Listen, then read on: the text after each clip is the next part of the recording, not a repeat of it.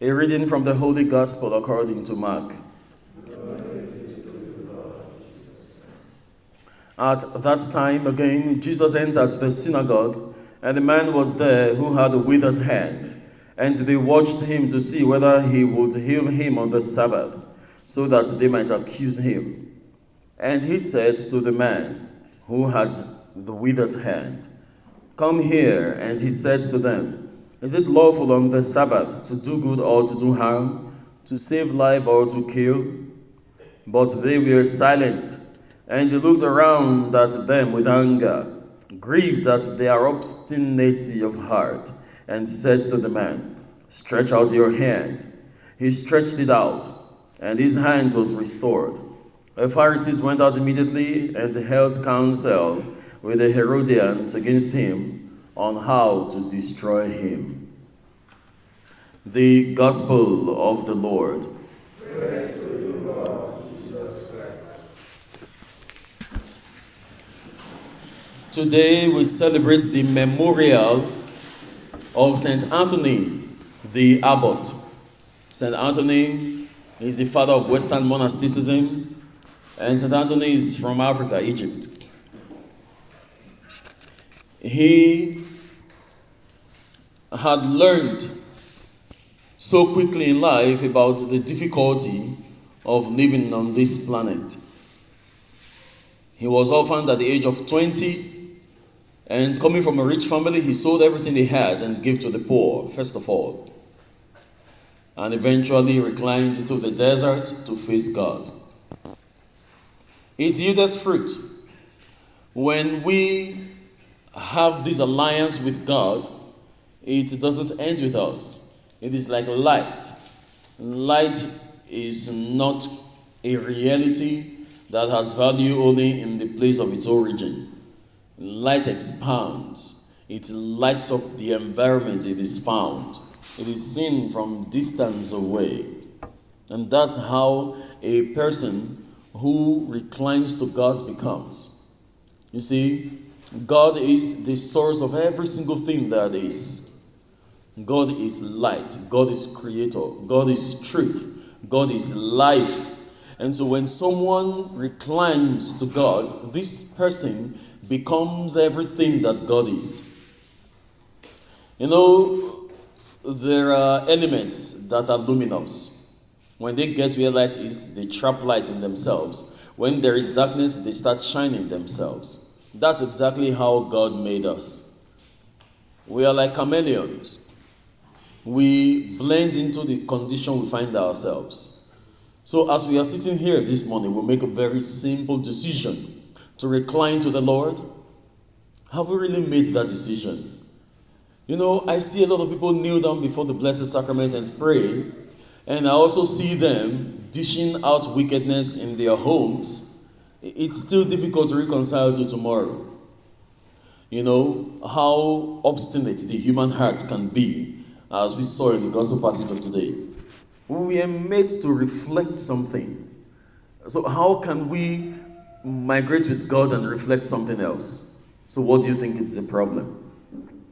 How is it that a human being reclines to God and eventually reflects something else totally different from God? How does that happen? You know, the freedom that God gave us is the freedom to beam light. But the devil comes in at some point in time to want to somewhat hybrid that freedom for other purposes, to tell you that you're free to do just anything. Well, Agere's Equator essay, that aphorism says, act according to your essence. We must be aware of the temptation that faces us day and night, that leads us to beam what we are not meant to beam. And so St. Anthony, reclining to God, became light everywhere. Someone who lived a hermit's life, could not hide. The same thing with St. Benedict. He left the cathedrals, he left the Blessed Sacrament. St. Benedict the abbot.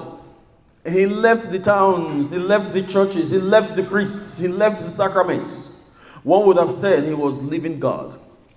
He himself also went into a forest as a hermit. But we cannot count the influences that St. Benedict eventually had on people, because when he reclined with God, his light started shining from inside that enclave where he hid himself. And it was clear that the entire village started searching for him. So people eventually left the cathedral, people eventually left the churches and started looking for St. Benedict in the forest. That was what happened in the case of St. Anthony. He was a hermit and lived a life of seclusion. But in the midst of that seclusion, of that hiding, his light couldn't be dim. It was apparent to those who had eyes to see. And they came to search for him. It was the reason why someone who was hiding eventually started establishing monastic communities, to tell you he couldn't hide. And so he is seen as the father of monasticism generally. The father of monasticism. Why Benedict is seen as the father of Western monasticism, St. Anthony, the abbot, is seen as the father of monasticism in itself. Now, St. Anthony became, as a result of the knowledge he had about who Jesus Christ is. Jesus Christ is the source of truth. Like I said yesterday, that we must be able to distinguish between truth and culture. Culture can be formed as a result of foolish activities that people have gotten used to. Culture can be formed as a result of stupid and wicked activities people may have gotten used to. And you could see that happening in the gospel passage of today. And the Lord Jesus Christ was frustrated about their obstinacy. How can I do good on the Sabbath and then you call it evil? How did they arrive at that? They had programmed the foolishness to become culture. And that is why we need to stand our ground to start breaking whatever it is that people think had come to stay. In the first reading of today, I was so glad to have seen David break that kind of condition of thought. 1 Samuel chapter 17, verses 32 to 33, verses 37, and verses 40 to 51 tells us about how David broke that ancient stupidity. How can I be for God and I will still think that the forces of darkness have a hedge over me? How can it's the greatest form of unfaithfulness. Yes. How can I be under the authority of God and still be afraid of the forces of darkness? Isn't that the culture that pervades everywhere? When one of us eventually stands for the truth, the rest of us starts looking at this person. He wants to prove that he knows better. He wants to prove that he has power. When they would deal with him, our hands wouldn't be there. We'd turn our backs on him because we didn't send him. He wants to prove that he's the only one that can talk. He wants to prove that he's the only one that knows the truth. Come on. That is the culture that we have buried ourselves in. The culture of living perpetually under the hegemony of foolishness, stupidity, and wickedness. It now becomes cultural. We now get used to it. Somebody will stand and make a foolish statement and everybody will accept and agree. Thanks to David, who broke something. And the Israelites had accepted Goliath as the champion. Goliath himself had accepted he's a champion. But how can one with God truly? So that told you very clearly that Saul had a mind of his own. Because if Saul really had the mind of God, he would have known that no one could withstand his God. But God stood over there and just kept looking. He had already chosen his servant. He had already anointed someone. And Saul does not even know. But David moved with the Spirit. Moved against Goliath. What is that Goliath that is in your life? I want you to think about it. Because we commit bigger sins thinking that the regular sins we commit are the only sins that there are. The sin that reduces the authority and the omnipotence of my God because of my fears seems to be the greater sin. Because immediately I have attributed the power and the authority of my God to that which I fear most. To hell with whatever it is that raises its head. What is not God and cannot be my God. And that should be our creed. We must start changing, we must start cracking these old culture and tradition that we've gotten used to. The culture and tradition of stupidity, of foolishness, of wickedness, and indeed of fear. Thanks to David who helped us to crush that. For the psalm reminds us, Psalm 144, that the Lord is my rock, who trains my hands for battle, who prepares my fingers for war.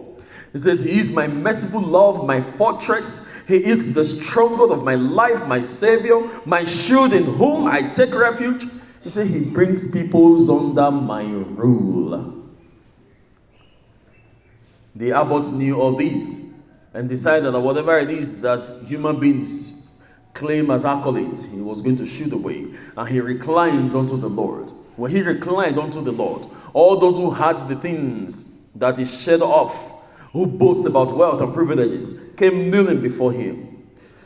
Hide in the shelter of his wings and become mighty again. Be ready to beam the power of God. If we are close to God, then we should understand that what happens around God will happen around us. Kill fear. That energy for fear, why not put it into holiness first of all? You can see we are very wicked. We can be very, very wicked. It's a lot of energy to be afraid.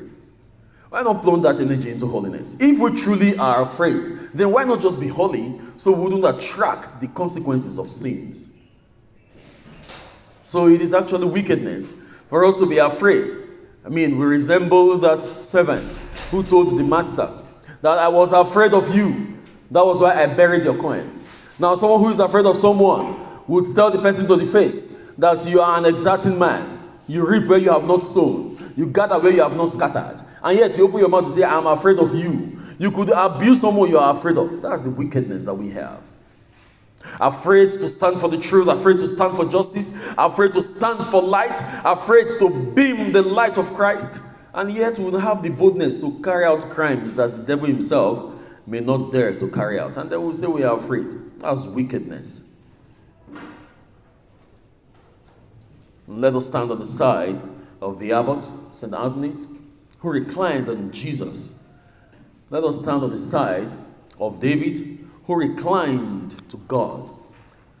And both of them beamed the power and the authority of the Most High.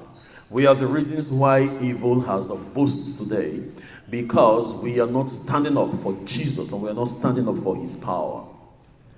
And so as we go out today, you should remember this is a responsibility. We cannot run away from it. We must beam the light of Christ. Do not be afraid.